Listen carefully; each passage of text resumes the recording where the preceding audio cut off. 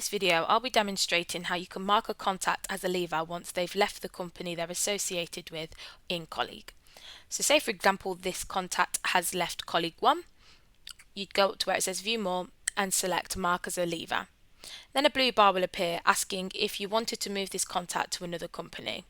If you select No, this will basically bring up the mark as a leaver fields, and you pop in the date that they're going to leave, or if they've when they left, and the reason for that. You can type in this text box here. So for example, found a new role, and then select save, and that will mark this record as a leaver against the Colleague 1 company.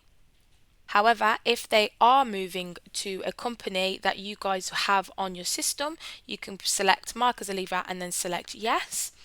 And then basically it'll ask you if you want to copy over all of the information from this contact record to create the same contact but for a different company and mark this one as a leaver against the Colleague 1 company.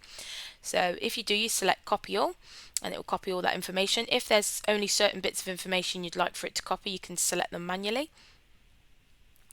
And then again you can pop in the reason, found a new role, and then you'd pop in the end date. So for example, when they left their last job, so let's say it's the 26th, for example, of April, and then you'd search for the company record that they are moving to here by typing in that company's name. So Colleague, again, let's pop that in, and we'll go with Colleague 10.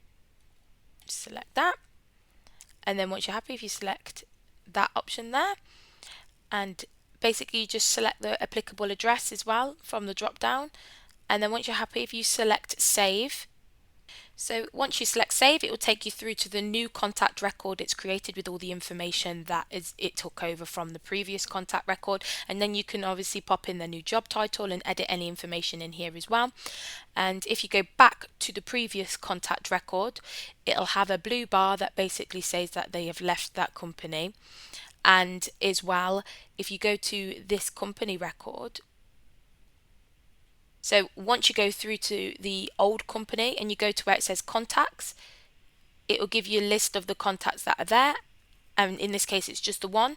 But if you unselect this, it won't have Cameron there anymore because they've left the company. So if you select it again, it will show the levers and it'll include Cameron. I hope this helps.